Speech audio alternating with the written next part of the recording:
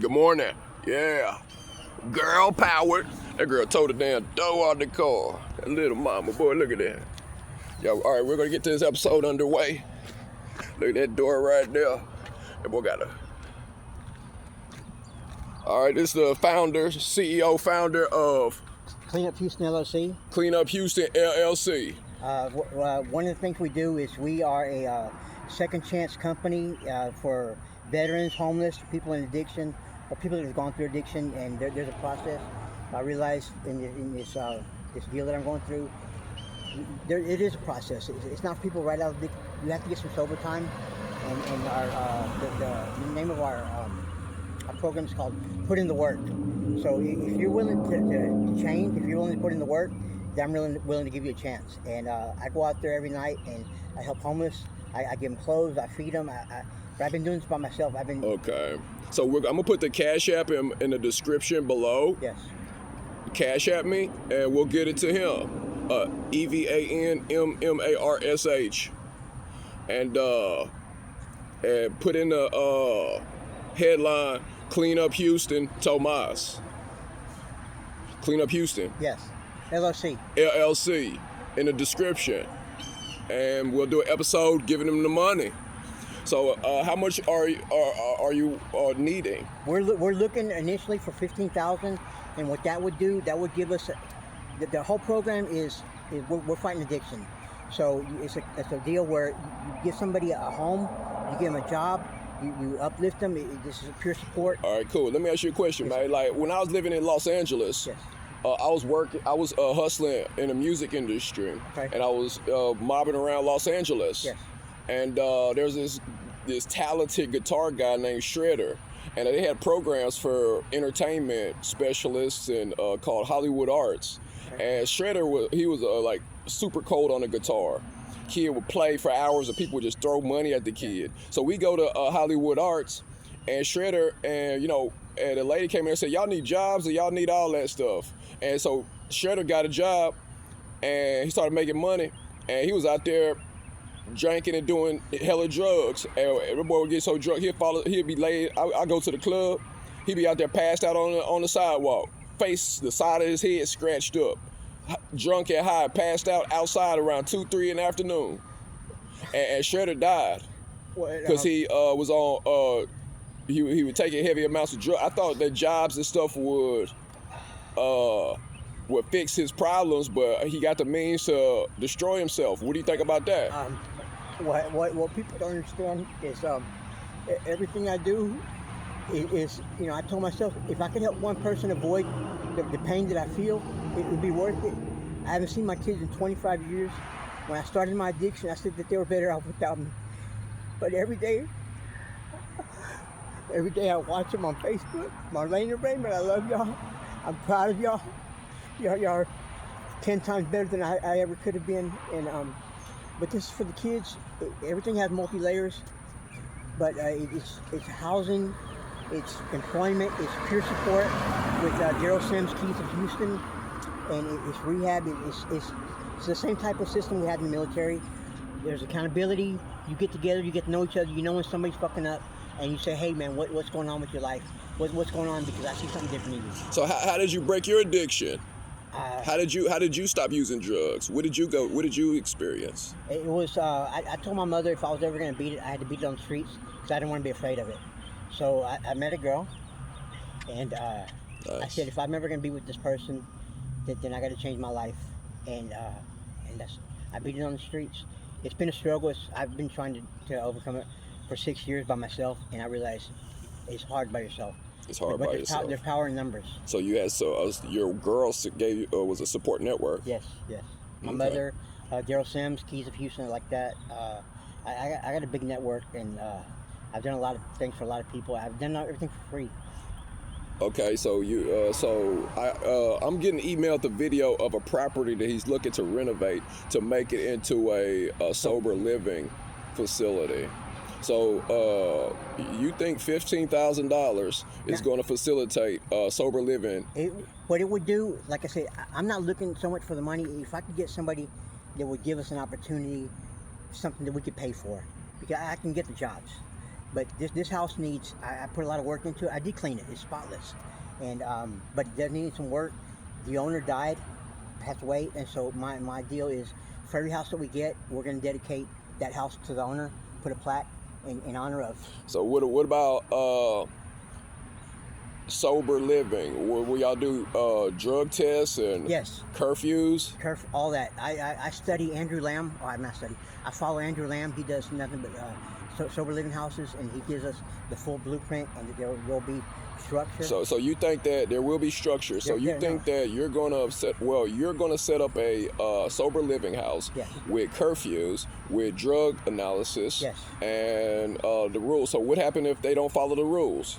And like God, I treat everybody the way God treated me. I don't push anybody out, but there's a penalty pay. You may have to be gone for a week. When you're ready to, come back. We'll test you again, see where your level is. If you drop, okay, you can come back. But if you're gonna get high, then hey, come back when you're ready. Okay, so one thing I got a question, man, is like with leadership, where are you leading these people to? What is the ultimate goal for these people that you're trying, for these individuals in society that you're trying to help? Eventually, what I want to do is create a land trust, community land trust, where say a nonprofit owns the land, and the house we can sell it at half the price. Give them a price they can afford. Whether we do blighted hotels, and that's part that. So you mean that you're looking for success? You're looking Yes. for them to be self-sustaining in society. Yes. So you're not trying to babysit and coddle grown-ups. No. So you're sending them in their, you're just aiding them in their mission Yes. to get them to their Yes. actual goal. Yes. What if they don't have a goal? Then sometimes you got to sit down with somebody and you got to figure it out. Like you poke, hey, what matters to you? Sometimes it's sometimes like me, I never spoke out for 50 years. These last 5 years, I started speaking my mind, and I realized I have a lot to let out. But I bottled up a lot, and it hurt me. I was taught, if you're gonna cry, go cry in the shower. so that taught me to deal with my own problems, and that's the wrong way to do it, because everybody needs somebody sometime, and that's what we're here for. We're not here to baby you. We're here to guide you. We'll give you hope and inspiration, give you a job, but you got to put in the work, and that's it. So what do you think about people that don't wanna, that want to use you and use and utilize your resources, and when it's time to work, disappear? Then they'll have to be weeded out. Like I say, I know there'll be people that try and manipulate the system. Yeah. That's gonna happen with everything. And I know that's coming. I know people will look at my past. I got a lot of felonies. I've done a lot of wrong, but I am who I am. And that's part of the victory. That like I say, if not for Jesus Christ, I wouldn't be who I am. If not for the love of God and all His grace, I wouldn't be who I am. Do you want to speak about your jail? I do. I was sentenced to. I got a lot of felonies, but I was sentenced to solitary confinement as a confirmed gang member, and so I'm going. But I'm not. That's another story. But so I'm going down this long hallway, and this old man, he's standing straight out of a movie. There's a light at the end of the tunnel, and he just, I was mean mugging him, and he tells me that Jesus loves me. We're like to get to him. I'm like, man, get away from me. Yeah. So he said, do you know how to read the Bible? And it happened that's all I had was a Bible, but I had the Bible because I had a bunch of phone numbers in it. So he told me just simply go in. Yeah. He said, go in the book of John. Right. He said, just see if it's possible. So you read the Bible and you had to come into Jesus. I thought. So you're a Christian. I am a Christian. I'm not perfect, but I am forgiven, and I'm a work in progress. But anyway, so I went to the book of John, and there's a verse that hit me like a brick. It said, Jesus simply said, if you do not believe who I say I am, you will die in your sins. And at that moment, I dropped. I said, God, I don't want to die with all this stuff I have in my head. So it took you going to jail, yes, to find Jesus. Yes. So you're a gang member. So you were gang stuff and like being mean to people. I was very mean. Wow. I was very mean. So what do you want to say to the youngsters out here that's being mean and rude to people? Sometimes the life you save today, maybe the life saves you tomorrow. It takes, and I don't blame people or youngsters for who they are or for what their upbringing. But there's a better life out there. If you put yourself in a better surrounding, things can change. What would you say if somebody punched you? What would I say? I'll tell you. I'll tell you a story. When I first started my addiction with crack, me and this other guy, we would go beat people up, take their money, and Wow.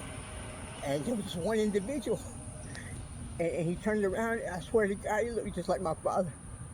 And he said something about kids, and it stopped me dead in my track. But from that moment, I swore that I'd never put my hands on another person again. Right. But I mean, I got nightmares over the things that I've done. Every day is a nightmare. But it's part of the you know, you got to pay the penalty for everything you do. And So you're not weak. I'm not weak by means. There's a side of me that I don't ever want to see again. But he's down there somewhere, and Okay. so I walk away when I see something. I walk away from the fight. What do you think about Harris County? Harris County is land of opportunity. There are many people. They say that 10% of the people have all the money in the world, and the other 90 are the rest of them. So everybody has a gift. Some people have money. Some people have heart. Some people just. I got heart. I got everything else. I don't have the money. But we are helping people. Every day I go out there and I give stuff in the middle of the night, and so when they wake up, they have no one to thank except God. I don't want none of the glory. I don't seek fame. I do it because it needs to be done. I spent 25 years in my addiction, and I never really had to be homeless. I was homeless by choice, and but I let shame and guilt leave me out there. What did you learn in Harris County Jail? You been to prison? You been to TDC? Yes, I've been to both of them. What do you think about TDC? TDC is a trap. The whole judicial system is a trap. Like my uncle right now, he's had 3 DWIs. He's in there for 10 years.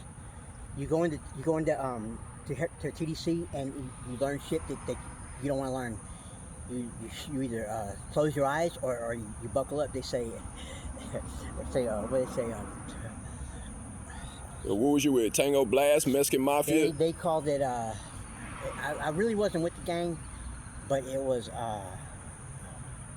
Damn, I don't remember this. Yeah, well, but you know what the stories is. Yeah, I know there. what the story How many is. fights you had?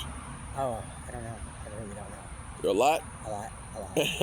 You was in there fighting. Yeah. You a gladiator. Nice to meet you. It's either you stand up and or you get run over. Right. And it's better to stand up and get beat down than to just let them beat you down or Right. take your stuff.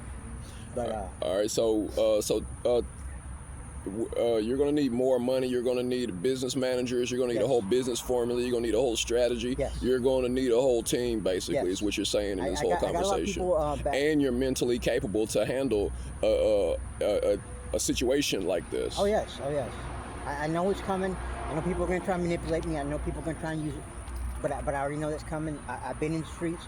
I know the streets. So you can try and run me over, or you can try and bullshit me. But I've been there. I know So it. you know I can a see lot. it. I can see it coming. All right. Okay. So so your window, That's a that looked like a lesson. body went through there, bro. I think I don't know what happened. She took the vehicle just the way I had it back, and The girl took it, and the door. What the whole vehicle. The whole Yeah. vehicle. It's paid for. I got the title, so it's giving me where I'm going. I had another vehicle with the motor locked up, so this is what I'm stuck with. But I'm thankful. I learned I'm not on foot, so I learned to be thankful in every situation.